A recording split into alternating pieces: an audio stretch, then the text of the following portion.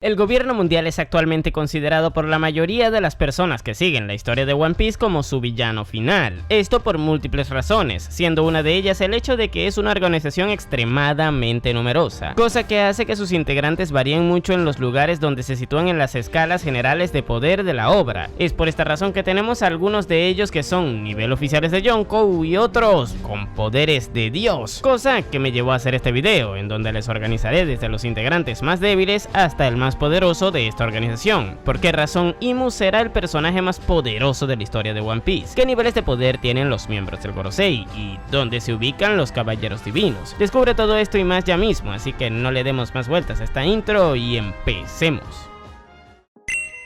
Bien, empecemos con una parte del gobierno mundial que muchas personas olvidan, pero que está ahí, que no se puede negar que en según qué contextos puede llegar a suponer un problema para quienes deban enfrentarles, y esos son los miembros del Cypher Pol. Y ojo, con esto no me refiero a los miembros randoms de esta agrupación, esos a nadie les importa. Hablo más bien de personajes que han tenido cierta relevancia en la trama como Jabra, Khalifa, Blueno y casi todos los agentes de los que los Mugiwara enfrentaron en Enies Lobby. Ahora, la razón por la que tomo a casi todos y los posiciono en una escala más baja de este video es simple, y esa es que de momento no tenemos un indicativo de qué tan poderosos sean luego de que volvieran a aparecer hace poco. Es decir, sabemos qué tan poderosos eran en Enies Lobby, pero desde aquel entonces ha llovido bastante, y si Oda les ha querido volver a integrar al gobierno mundial ascendiéndoles de puesto, supongo que será porque planea usarles eventualmente en el futuro. Habiendo dicho esto, es bueno aclarar que por debajo de ellos obviamente habrá muchos otros integrantes del gobierno mundial que serán más débiles. Sin embargo, me parece que son tan poco destacables que no vale ni la pena mencionarles. Por otro lado, también hay que ser conscientes de que aunque casi todos los exagentes del CP9 estén en este mismo puesto, eso no necesariamente hace que sean iguales de fuertes, y para eso solamente hay que usar la lógica. Jabra y Khalifa no están en la misma escala. De hecho, es muy probable que Jabra tenga su fruta despierta, y eso haría que pasara a estar más o menos en el mismo nivel que otro personaje del que hablaremos un poco más adelante, pero de momento considero que hasta que demuestren todos bien sus habilidades actuales, están bien de último lugar en esta escala de entre oficiales de Yonkou como los Tobiropo y comandantes débiles como Iso y Cracker.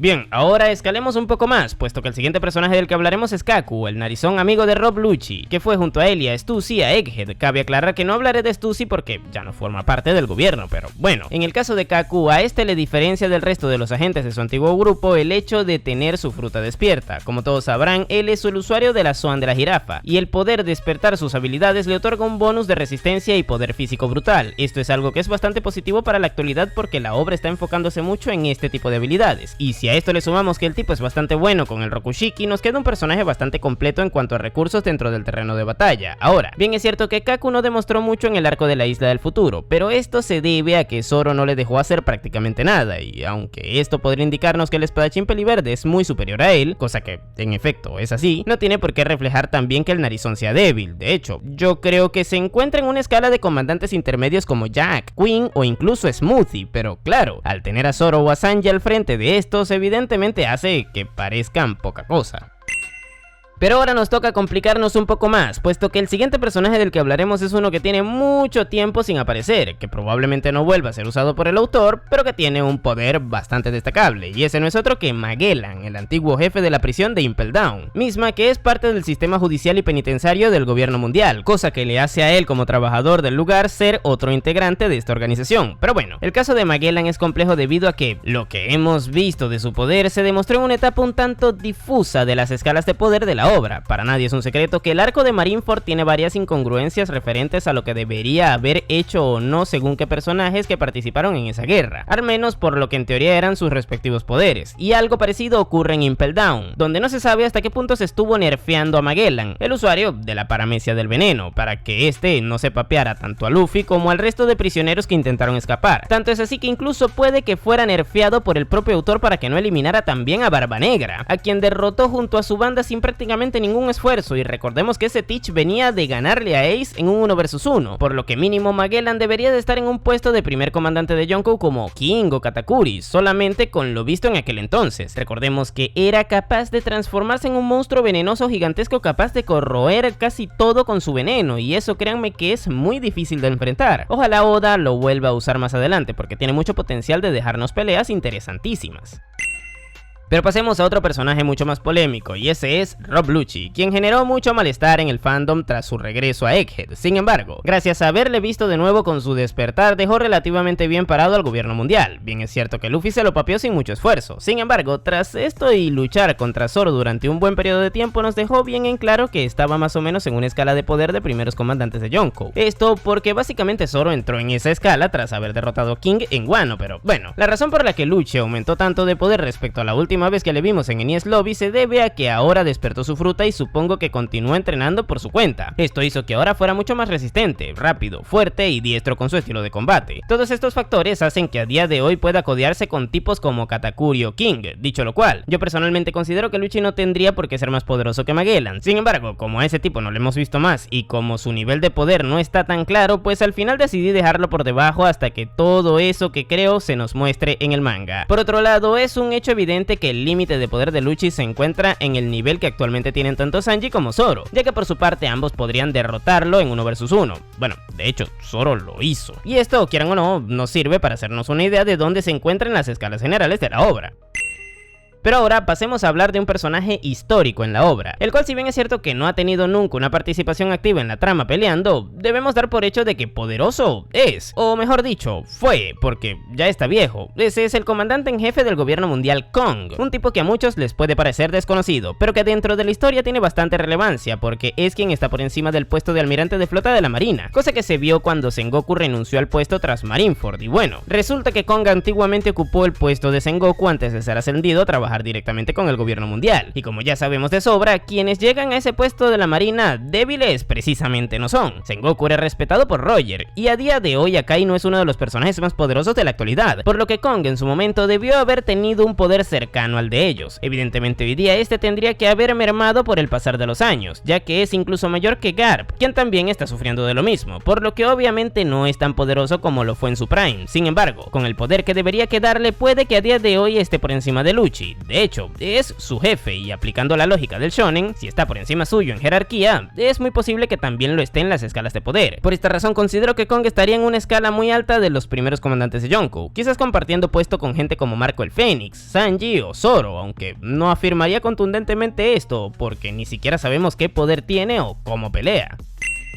Dicho esto, ahora subiremos pronunciadamente en las escalas de poder. Esto porque a partir de ahora los personajes de los que hablaremos son tipos que, al menos hasta la fecha, son prácticamente invencibles, ya que poseen una regeneración que les hace repararse todo el daño que les inflijan en los combates, aunque este sea mortal. Esta vaina evidentemente les hace estar por encima de todos los personajes de los que hemos hablado hasta ahora, y algunos de los poseedores de esta habilidad son los caballeros divinos o caballeros de Dios, pero hablemos más específicamente de la que yo creo que es la más débil de todos los que hemos visto hasta ahora, Gunko. Este personaje apareció recientemente en Elbaf, y ahí le vimos cómo luchó contra varios Mugiwara al mismo tiempo. Gracias a ello pudimos ver cómo utilizaba sus habilidades de la fruta de las flechas en combate directo, la cual le permiten desviar los ataques que le tienen como objetivo, haciendo así que sus enemigos se ataquen a sí mismos. Por otro lado, también potencia los suyos propios recubriéndose de esas flechas, pero sin duda alguna su poder más grande es el de la regeneración que les comenté. Esta vaina, aunque les duela a muchos, hace que de momento tanto Gunko como el resto de personajes de los que hablaremos más adelante estén por encima de los Yonkou.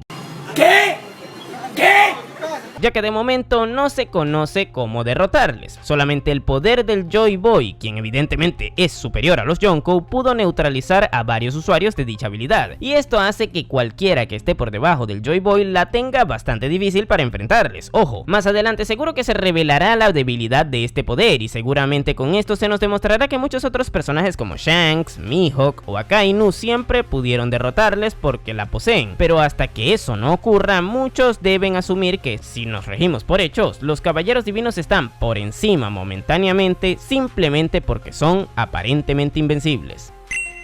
Ahora, continuando con este grupo de personajes, el siguiente del que hablaremos es Killingham, otro de los caballeros divinos que invadieron Elbaf. Este tipo tiene los poderes de la fruta Swan mitológica del Kirin, el cual es una criatura legendaria con cuernos, piel de reptil y cuerpo de caballo. Entre las habilidades que le otorga esta fruta a quien le consuma está la de materializar de forma momentánea cosas de los sueños de otros personajes, y esto incluye tanto a pesadillas como objetos. Esto le hace ser un rival bastante curioso de enfrentar. Por otro lado, debemos tener presente que debido al halo de nubes que rodea su cuerpo, su fruta podría podría estar despierta, cosa que le hace ser mucho más potente a nivel físico. Si a esto le sumamos que muy probablemente también tenga la regeneración demoníaca de la que ya hablamos y también un arma legendaria, el cual es un tridente, nos queda un personaje bastante más completo que Gunko. Es por esta razón que creo que como combatiente es más íntegro y por consecuencia más poderoso que ella, aunque debo aclarar que hasta ahora no le hemos visto pelear directamente contra nadie. Y si seguimos avanzando entre los caballeros divinos que ya hemos visto en el buff, ahora pasaremos a hablar de Summers Shepherd, quien además de ser caballero divino también pertenece a la familia de uno de los miembros del Gorosei, pero esto es algo secundario, ya que nos enfocaremos más en su fuerza. Resulta que Summers posee los poderes de la fruta paramecia de las espinas, y esto le hace poder hacerlas crecer alrededor de objetos y personas que le rodean, o incluso rodearse a sí mismo de ellas para protegerse. Gracias a esto, Summers es un enemigo sumamente difícil de enfrentar con estilos de combate de golpe directo, puesto que le hace daño a sus enemigos cuando entran en contacto con él. Entre esto y que seguramente también tenga la regeneración demoníaca, le hace ser un personaje increíblemente incómodo de enfrentar, ya que no necesita esforzarse mucho para ganarle en una pelea de desgaste a cualquier luchador que base su estilo de combate en golpes directos. Por otro lado, Summers, al igual que Killingham, tiene un arma, en su caso una espada, que seguramente también será legendaria, y esto hace que sea aún más poderoso de lo que ya es por sí solo, puesto que recordemos que las Meito o espadas famosas tienen poderes especiales que les dan beneficios a sus portadores. Dicho esto, al ver al trío de caballeros divinos intervenir en el buff, me ha parecido que de los tres, Summers es el que más rango posee, y eso podría reflejar que sea quien esté por encima de los otros en cuanto a escalas de poder respecta, razón por la cual le ubico aquí en el video.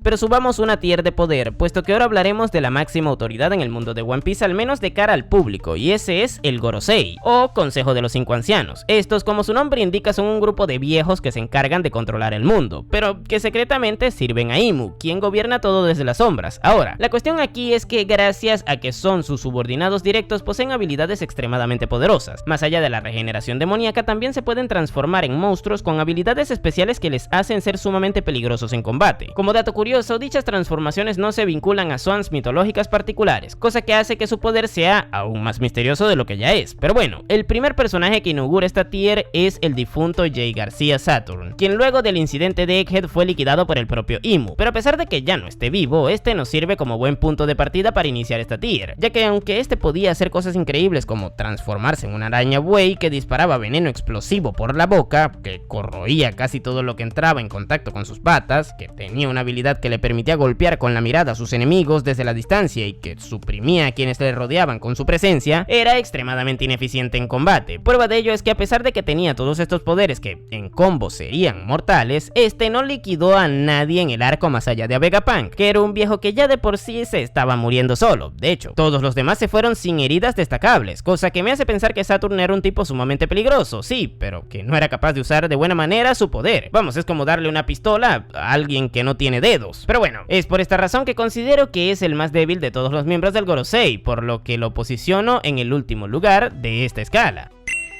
Ahora, seguimos con otro integrante de este grupo de viejos que realmente no demostró ser mejor que Saturn, y ese es Júpiter, el familiar de Summers. Este tiene la habilidad de transformarse en un gusano gigante, la cual le permite moverse por debajo de la tierra para atacar a sus enemigos por sorpresa, y ojo con esto, succionar todo lo que se le ponga al frente con mucha potencia.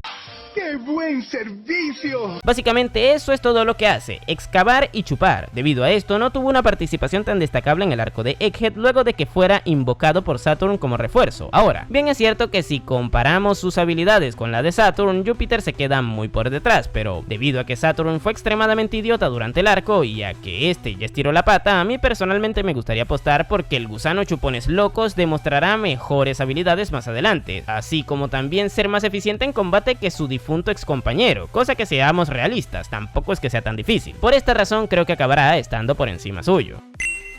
A partir de ahora nos toca tomarnos un poco más en serio a los miembros de este grupo, puesto que ya no serán tan memeables. El siguiente personaje del que hablaremos es Marcus Mars, el viejo que se transformó en pájaro. Aquí volveremos a tener un bicho con poderes interesantes, puesto que este pájaro demostró tener una resistencia bastante buena al poder aguantar los rayos láser que defendían el interior del domo que rodeaba Punk Records. Y aunque tanto él como sus compañeros tienen esa regeneración demoníaca que hace que ese daño no sea tan trascendental, nunca está de más demostrar una resistencia adicional, ya que esta le vendrá estará bien para cuando se descubra la debilidad de toda esa regeneración. Dicho esto, por otro lado, Mars es capaz de lanzar rayos de energía por la boca que arrasan con todo a su paso, más o menos como el Bolo Breath de Kaido, y esto lo hace tener una potencia destructiva tremenda. También debemos sumar que Mars es uno de los pocos miembros del Gorosei que usó el Haki del Conquistador en el incidente de la Isla del Futuro, y aunque este lo usó solamente para desmayar Dendemushis, esto es positivo, ya que el usar el recurso le hace demostrar que está más acostumbrado a combatir que otros de sus amigos.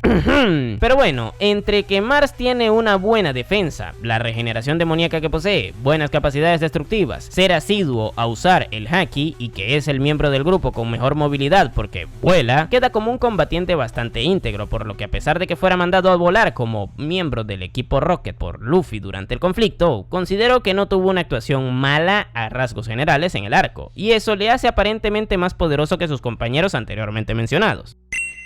Pero aquí debemos hacer un paréntesis, puesto que el siguiente personaje del que hablaremos no forma parte del Gorosei. Sin embargo, yo considero que por un tema de semejanza con otro personaje, este debería estar en este grupo, y ese es Figarland Shamrock, el hermano gemelo de Shanks y líder de los Caballeros Divinos. Verán, al igual que el resto de sus compañeros de división, seguramente Shamrock posea la regeneración demoníaca, cosa que le hace ser temporalmente invencible en la historia. Sin embargo, más allá de ello, el personaje tiene varias cosas interesantes que justifican su presencia en esta escala de poder tan alta. La primera de ellas es que posee una espada legendaria que es capaz de transformarse en una criatura mitológica, el Cerbero. Debido a esto, con él podríamos estar viendo a uno de los dueños de una de las armas más poderosas de todo One Piece, ya que de por sí una espada legendaria es considerablemente poderosa, pero si a eso le sumamos también que tiene habilidades de una Swan mitológica, pues la cosa escala mucho más. Por otro lado, Shamrock forma parte del linaje de los Figarland, que es una de las familias más poderosas de One Piece, y esto le hace tener un poder de base muy alto, ya que la genética le beneficia. Y por último, pero no menos importante, está el hecho de que es literalmente el hermano gemelo de Shanks, cosa que le debería situar en un lugar cercano al del Yonkou en cuanto a poder respecta, solo que en su caso, con la regeneración demoníaca también. Y aquí debo destacar algo, yo personalmente creo que Shanks es más poderoso que Shamrock, más que nada porque es quien a priori debería de tener más experiencia en combate por ser un pirata de su categoría, y aunque esto podría llegar a sonar contradictorio con lo que dije que de base estos tipos del gobierno son más poderosos que los Yonkou, también reafirma lo que les dije, que eventualmente se descubrirá la debilidad de esta regeneración, y cuando esto ocurra, personajes como Shanks, Mihawk o Akainu, que a día de hoy siguen estando vigentes en la obra, demostrarán que siempre fueron más poderosos que ellos. Pero bueno, creo que esto ocurrirá y se demostrará que Shamrock estará por debajo de su gemelo. Sin embargo, que esté cerca suyo en las escalas ya le hace ser uno de los personajes más poderosos de la actualidad, y eso ya es mucho que decir.